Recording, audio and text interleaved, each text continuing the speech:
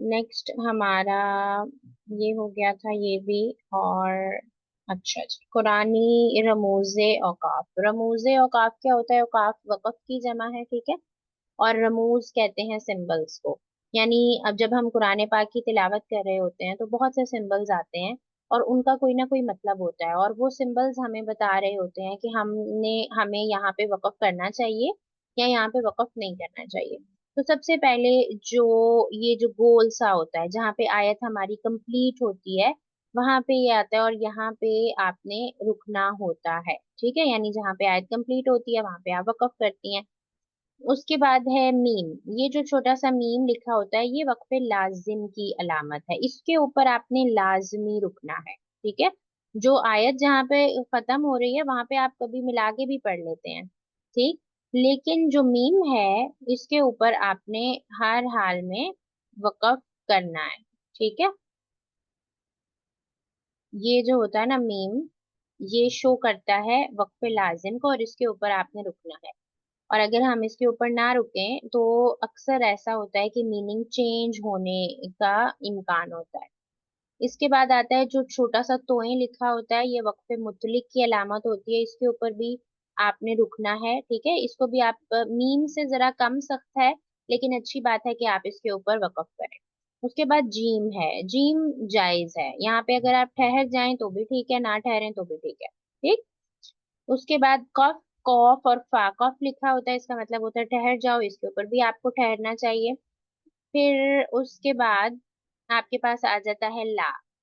ला का मतलब होता है नहीं, और ला शो करता है कि आपने यहाँ पे कभी भी नहीं ठहरना। और अक्सर जब आयत खत्म होती है तो जहाँ सर्कल होता है उसके ऊपर भी सिंबल्स बने होते हैं, ठीक है। तो वहां से आपको अंदाजा हो जाता है कि यहाँ पे मुझे रुकना चाहिए कि नहीं। फॉर एग्जाम्पल अगर कोई आयत है जहाँ पे आयत मुकम्मल हो रही है और उसके ऊपर ला लिखा हुआ है, तो बेहतर है कि आप वहां पे ना ठहरें, ठीक है। ठहर सकते हैं लेकिन ना ठहरें, बेहतर ये है कि ना ठहरें।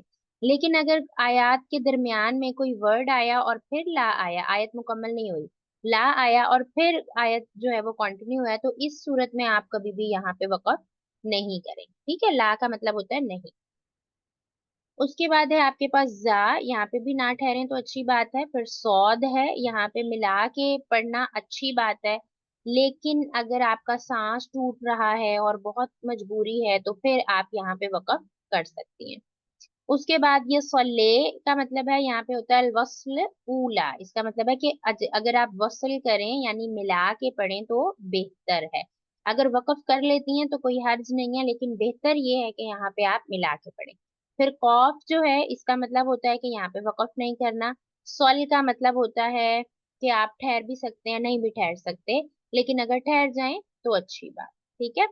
उसके बाद है वक्फुन नबी सल्लल्लाहु अलैहि वसल्लम। ये बहुत खूबसूरत वक़्फ है। ये वो वक़्फ है जहाँ पे अल्लाह के नबी सल्लल्लाहु अलैहि वसल्लम वक़्फ किया करते थे। जब अल्लाह के नबी सल्लल्लाहु अलैहि वसल्लम तिलावत फरमाते तो आप जहाँ पे वक़्फ करते उधर लिखा होता है वक्फुन नबी सल्लल्लाहु अलैहि वसल्लम। तो इसको आप अपने लिए लाजिम समझें और यहाँ पे ठहरना बहुत ज्यादा पसंदीदा है। फिर वक्फे मंजिल है, इसको वक्फे जिब्राइल भी कहते हैं। हजरत जिब्राइल यहाँ पे वक़्फ किया करते थे, इसलिए यहाँ पे भी वक़्फ करना जो है वो मुस्तहब है।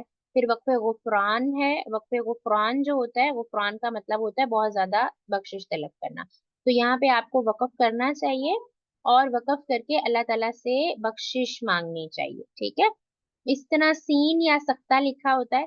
अब ये दो जो है ना, जो आखिरी वाले दो हैं, ये थोड़े से डिफरेंट है, ठीक है। सख्ता और वक्फा। यहाँ पे हम रुकते हैं। ये जो बाकी हम सारे वक़्फ पढ़ रहे थे ना, उसके अंदर आपका जो सांस है वो तोड़ते हैं हम, ठीक है। वहां पे वक़्फ करने का मतलब है कि आपने सांस तोड़ा, आप ठहरे, उसके बाद आपने दोबारा से कंटिन्यू किया। लेकिन ये वाले जो दो वक़्फ हैं इसके ऊपर आप ठहरेंगे लेकिन सांस नहीं तोड़ेंगे, ठीक है। रुकेंगे लेकिन सांस नहीं छोड़ेंगे। जिस तरह हम इसको पढ़ेंगे, वकील मन रॉक। अब मैं मन के ऊपर ठहरी हूं लेकिन मैंने सांस नहीं तोड़ा, ठीक है। तो सक्ता और वक्फा के अंदर आप ठहरेंगे लेकिन सांस नहीं तोड़ेंगे। दोनों का सेम तरीका है वक़्फ करने का। यहाँ पे थोड़ा सा ठहरते हैं, यहाँ पे थोड़ा सा ज्यादा ठहरते हैं सक्ते की मुस्बत, ठीक है। अच्छा जी, उसके बाद ये जो तीन नुक्ते आते हैं इसका मतलब होता है मुआनका। यानी इनके अंदर आपको किसी एक के ऊपर रुकना है, ठीक है। ये हमेशा आपको साथ साथ नजर आएंगे, करीब करीब नजर आएंगे। तो इनमें से किसी एक के ऊपर आपने वक़्फ करना है। जिस तरह ज़ालिकल किताबु ला रैबा फीही, अब रैबा के ऊपर, ठीक है, रैबा के साथ भी ऐसे करके 3 नुक्ते, और उसके बाद फीही के साथ ऐसे करके 3 नुक्ते। तो यहाँ पे आप रोइबा पे वक़्फ करेंगी, ज़ालिकल किताबु ला रैब, और फिर इसको इस पे फिर आप वक़्फ नहीं करेंगी, फिर इसको मिला के पढ़ेंगी, फीही हुदल लिल मुत्तकीन। और अगर आप रोइबा पे वक़्फ नहीं कर रही तो फिर आप पढ़ेंगी ज़ालिकल किताबु ला रैब फीह हुदल लिल मुत्तकीन। यानी या इसके ऊपर करना है या इसके ऊपर करना, और बेहतर है कि आप किसी एक के ऊपर वक़्फ करें। ऐसा नहीं कि आप दोनों को ही मिला के पढ़ जाएं, बेहतर ये है कि आप इनमें से किसी एक के ऊपर वक़्फ करें। काफ कजालिका का मुखफ़फ़ है, कजालिका मतलब होता है इसी तरह, यानी काफ का हुक्म वही होगा जो उससे पहले आया था। यानी अगर काफ से पहले वाला जो सिंबल था वो तोए था, तो यहाँ पे भी तोए ही का हुक्म माना जाएगा। अगर पहले जीम था तो यहाँ पे भी जीम का ही हुक्म माना जाए, ठीक है। अब ये जो 5 सा बना होता है उल्टा, यहाँ पे अक्सर उलमा के नजदीक आयत मुकम्मल होती है और कुछ के नजदीक नहीं होती। तो अगर आप इस पे वक़्फ कर लेते हैं तो भी ठीक है, वक़्फ नहीं करते तो भी ठीक है, कोई मसले वाली बात नहीं है, ठीक है। तो ये कुछ इम्पोर्टेंट रमूज हैं जो आपको आने चाहिए।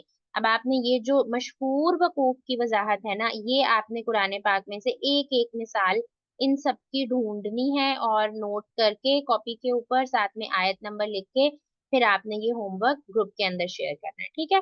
और बाकी ये वाले जो हैं इनको बस आप याद करें, बस इतना याद कर लें कि उसके ऊपर वक़्फ करना जरूरी है, तो बाकी फिर आपको खुद ही याद हो जाएगा, ठीक है।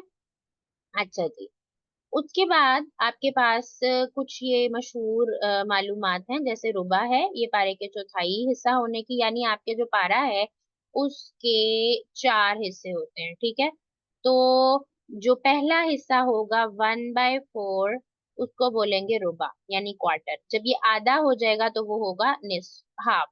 फिर जब वो 3/4 हो जाएगा यानी तीसरा हिस्सा, तो उसको हम बोलेंगे सलासा, ठीक है। उसके बाद जहाँ पे सजदा लिखा होता है वहां पे आपने सजदा करना होता है, तिलावत के दौरान सजदा करना होता है। आप कुरान पाक पढ़ रही हैं, ये नहीं कि मैं अपनी तिलावत कंप्लीट करके जब उठूंगी तो मैं सजदा कर लूंगी, नहीं।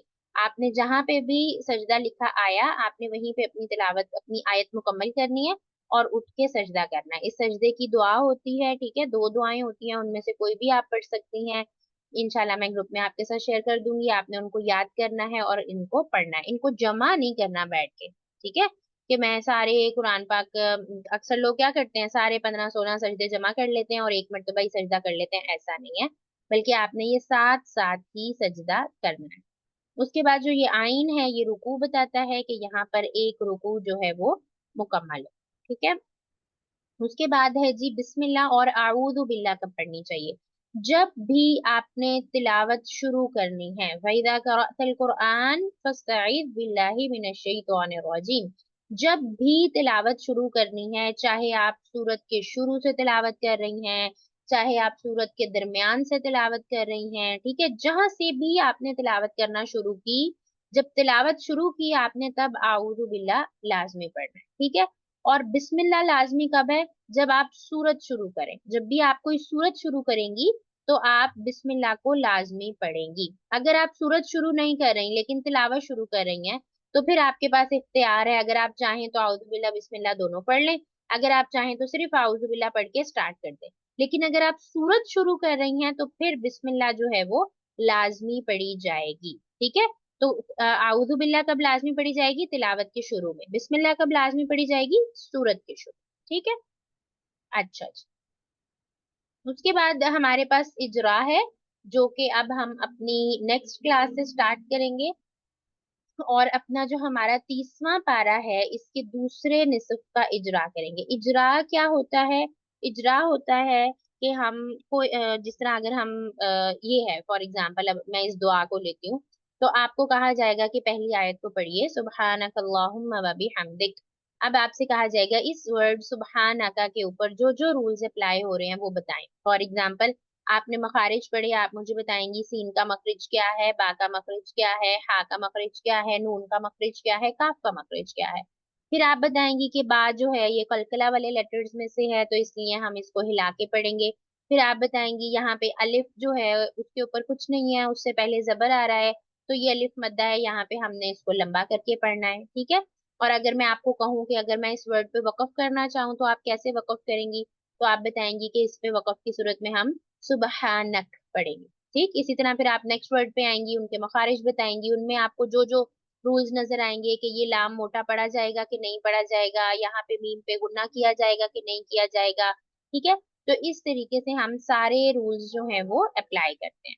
तो नेक्स्ट क्लास तक आप लोगों ने अच्छे से अपनी जो जो हमने रूल्स पढ़े हैं वो अच्छे से रिवाइज करने हैं, ठीक है। और नेक्स्ट क्लास से हम स्टार्ट करेंगे, मैं देखूंगी हमारे पास निसफ में कौन सी सूरत आ रही है, मैं आपके साथ शेयर करूंगी सूरत, वो आप सबने उसकी भी तिलावत की प्रैक्टिस करके आनी है।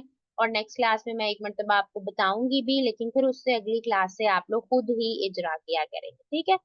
अब अगर आपने कुछ पूछना है तो आप पूछ लें, और ये आपने अपने ग्रुप के अंदर मेंशन करना है कि अब से हमारा इजरा स्टार्ट होगा, जो कि बिल्कुल भी उसकी रिकॉर्डिंग्स वगैरह नहीं होंगी, और रिकॉर्डिंग का कोई फायदा भी नहीं है, ठीक है। रिकॉर्डिंग इजरा सुनने का कोई फायदा नहीं है जब तक आप खुद क्लास में लाइव प्रेजेंट नहीं है।